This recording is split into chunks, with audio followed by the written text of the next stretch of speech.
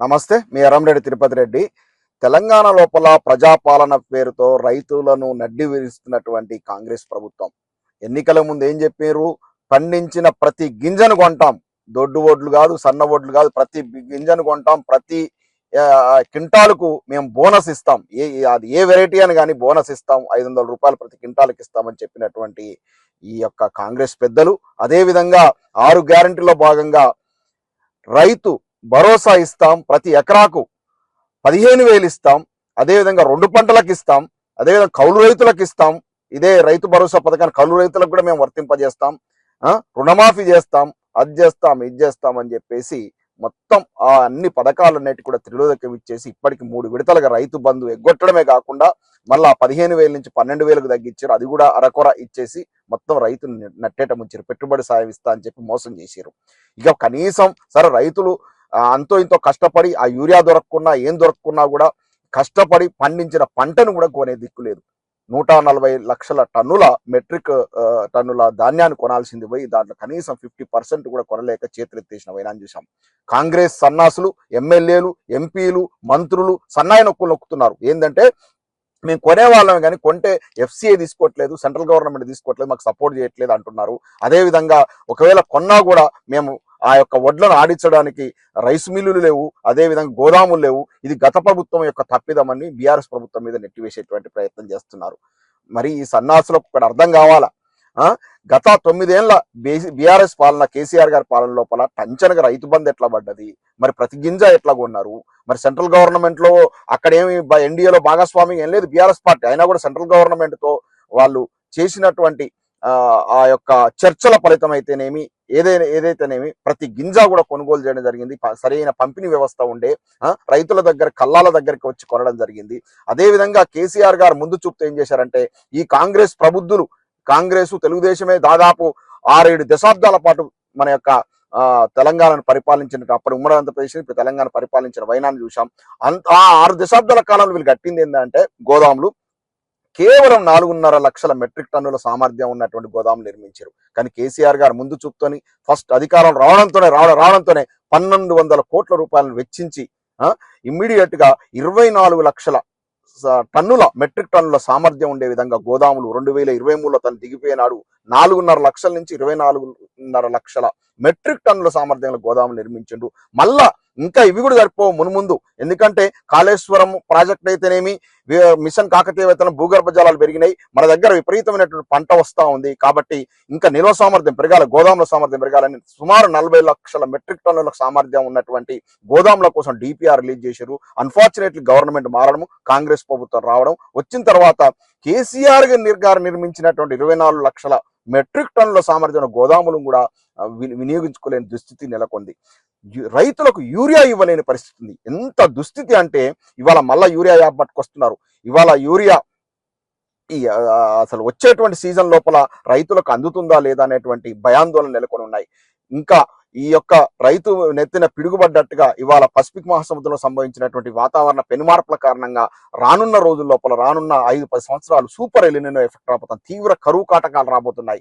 మరి దీన్ని ఎదుర్కొనే సామర్థ్యం ఈ రాష్ట్ర ప్రభుత్వానికి, కాంగ్రెస్ ప్రభుత్వానికి సన్నాసులకు ఉండాలంటే, ఎందుకంటే అంతర్గత కుమ్ములాటలతో వాళ్ళే తన్నుకుంటూ ముఖ్యమంత్రికి మంత్రుల మీద పట్టలేదు, మంత్రులకు ఎమ్మెల్యేలకు మధ్య సన్నిహిత సంబంధాలు లేవు, మొత్తం PCC అధ్యక్షునికి ముఖ్యమంత్రికి తగాదాలు, సాక్షాత్ AICC అబ్జర్వర్ మీనాక్షి నటరాజన్కు వెన్నుపోటు పొడిచిన వైనాన్ని చూసాం, షబ్బీర్ అలీ గారి మీద ఆరోపణలు చూసాం, అదేవిధంగా మహేష్ కుమార్ గౌడ్ మీద జరుగుతున్నటువంటి కుట్ర రాజకీయాలు చూస్తున్నాం. ఇదంతా కాంగ్రెస్ అంతా కూడా అంత కంపు రాజకీయానికి తెరలేపింది. వాళ్ళే తన్నుకుంటున్నారు. పొద్దున్న లేస్తే కేసీఆర్ కుటుంబాన్ని టార్గెట్ చేయడం, ఏదో ఒకటి మాట్లాడడం, ఈ యొక్క ఏదో నెట్టుకుంటూ వస్తున్నారు తప్ప ప్రజలను పట్టించుకున్న పాపం లేదు. ఇవాళ నిరుద్యోగులు 20,000 కానిస్టేబుల్ ఉద్యోగాలు ఎక్స్పెక్ట్ చేస్తే 5,000 కానిస్టేబుల్ ఉద్యోగాలు ఇస్తా ఉంటారు. ఇవాళ మొత్తం వాళ్ళ రోడ్ల మీద కొంచెం ధర్నాలు చేస్తున్నారు. విద్యా వ్యవస్థ అయితే మొత్తం సర్వనాశనమైంది. 4,000 స్కూళ్లకు తగ్గించేటువంటి ప్రయత్నం చేస్తా ఉన్నారు. మొత్తం ప్రభుత్వ బడులు మొత్తం కూడా విలేజ్లలో, తాండాలలో కేసీఆర్ గారు బడులం పెడితే వాటిని మూసివేసే ప్రయత్నం జరుగుతుంది. గురుకులాల పరిస్థితి అధ్వానంగా ఉంది. ఫీజు రియంబర్స్మెంట్ పథకం లేక రాష్ట్రంలో ఉన్నటువంటి వృత్తి విద్యా కళాశాలలు, ఇంజనీరింగ్ కళాశాలలు, ఫార్మసీ కళాశాలలు, మెడికల్ కాలేజీలు అన్ని కూడా మూతపడే పరిస్థితికి వచ్చింది. ఇవాళ మొత్తం విద్యార్థులంతా కూడా రోడ్ల మీద పడే పరిస్థితి వచ్చింది.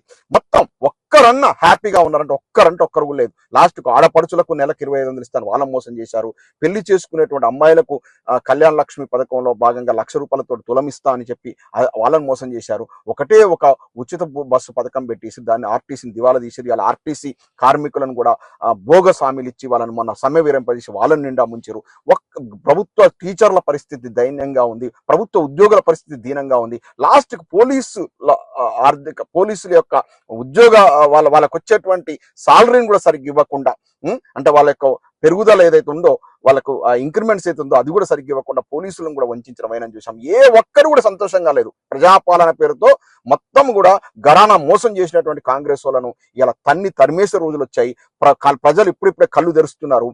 ఇప్పటికిప్పుడు ఎలక్షన్ జరిగితే మళ్ళీ కేసీఆర్ గారును అందలం ఎక్కించే పరిస్థితి. కేసీఆర్ గారు వచ్చినా కూడా ఈ యొక్క వీళ్ళు చేసిన ఆర్థిక విధ్వంసము, ఈ యొక్క తెలంగాణను సాగం చేసిన పరిస్థితి నుంచి గట్టెక్కాలంటే కేసీఆర్ గారికి కూడా 3-4 సంవత్సరాల టైం పట్టేటువంటి పరిస్థితి కనబడతా ఉంది. ఇవాళ మొత్తం సర్వనాశనం చేసిరు. మొత్తం అన్ని వ్యవస్థలు శాంతి భద్రతలు లేవు, అన్ని వ్యవస్థలు సర్వనాశనమై ఈ రెండు కుహనా జాతీయ పార్టీలు బీజేపీ కాంగ్రెస్ రెండు కుమ్మక్కై ఎక్కడ కూడా ప్రాంతీయ పార్టీలు బలంగా ఉన్నాయో ఆ ప్రాంతీయ పార్టీలు బొందబెట్టే కార్యక్రమం చేస్తున్నారు. వీటన్నిటిని ఎదుర్కొని నిలబడ్డటువంటి ధీరుడు ఈ రెండు జాతీయ పార్టీలు లొంగకుండా వెలుగెత్తే నాయకుడు కేసీఆర్ గారు మాత్రమే. కాబట్టి తెలంగాణ లోపల తెలంగాణ జాతి మొత్తం కూడా ఈ రెండు పార్టీలు వేరే రూపంలో వస్తాయి. ఇప్పుడు చూడండి, అక్కడ డిఎంకేని ఏఎన్డిఎంకేని బొందబెట్టడం కోసం టీవీకి రూపంలో తీసుకొచ్చి పెట్టారు. అంటే ఎక్కడైతే ప్రాంతీయ పార్టీలు గలం ఎక్కడైతే ఇప్పుతున్నారో వాళ్ళను అణచివేయడం కోసం, వాళ్ళను తుడిచివేయడం కోసం, వాళ్ళ రాజకీయంగా సమాజ్ చేయడం కోసం వీళ్ళు కొత్త రూపాన్ని సంతరించుకొస్తారు. రాబోయే రోజుల్లో కూడా రేవంత్ రెడ్డి గారు ఏ రూపాన్ని సంతరించుకునేది తెలియదు బీజేపీ సహకారంతో. ఎందుకంటే చంద్రబాబు నాయుడు గారి అక్కడి నుంచి కుట్ర రాజకీయాలు ఆంధ్రప్రదేశ్ నుంచి జరుగుతున్నాయి. కాబట్టి ఇవన్నిటి కూడా ప్రజలు నిశ్చితంగా పరిశీలిస్తూ తెలంగాణ రక్షకుడు, తెలంగాణను మనం కాపాడుకునే, తెలంగాణ కొట్లాడి తెచ్చిన వ్యక్తి కేసీఆర్ గారితోనే సాధ్యమవుతుంది. కాబట్టి కేసీఆర్ గారు ఎన్నో చెప్పారు గత ఎన్నికల్లో, ఈ కల్లబొల్లి కబుర్లు నమ్మొద్దు, బీజేపీ కాంగ్రెస్ వాళ్ళు 80% నమ్మొద్దని చెప్పారు. అయినా కూడా ప్రజలు నమ్మి మోసపోయారు. ఒక్కసారి మోసపోతే మన అమాయకత్వం అవుతుంది, రెండోసారి మోసపోతే మన మూర్ఖత్వం అవుతుంది. ఇంకెప్పుడు కూడా మోసపోకండి. మనల్ని రక్షించేది, మన కోసం కొట్లాడింది, మన కోసం చావునోట తలబెట్టి తెలంగాణ తీసుకొచ్చినటువంటి యోధుడు కేసీఆర్ గారితో సాధ్యం. కాబట్టి బీఆర్ఎస్ పార్టీకి ప్రజలంతా అండంగా ఉండాలి. రానున్న లోపల మళ్ళీ కేసీఆర్ గారిని తీసుకొచ్చేసి మన ముఖ్యమంత్రిని చేసుకొని మన తెలంగాణ రక్షించుకుందాం, దేశంలో అగ్రగ్రామంగా నిలబెట్టుకుందాం. జై తెలంగాణ.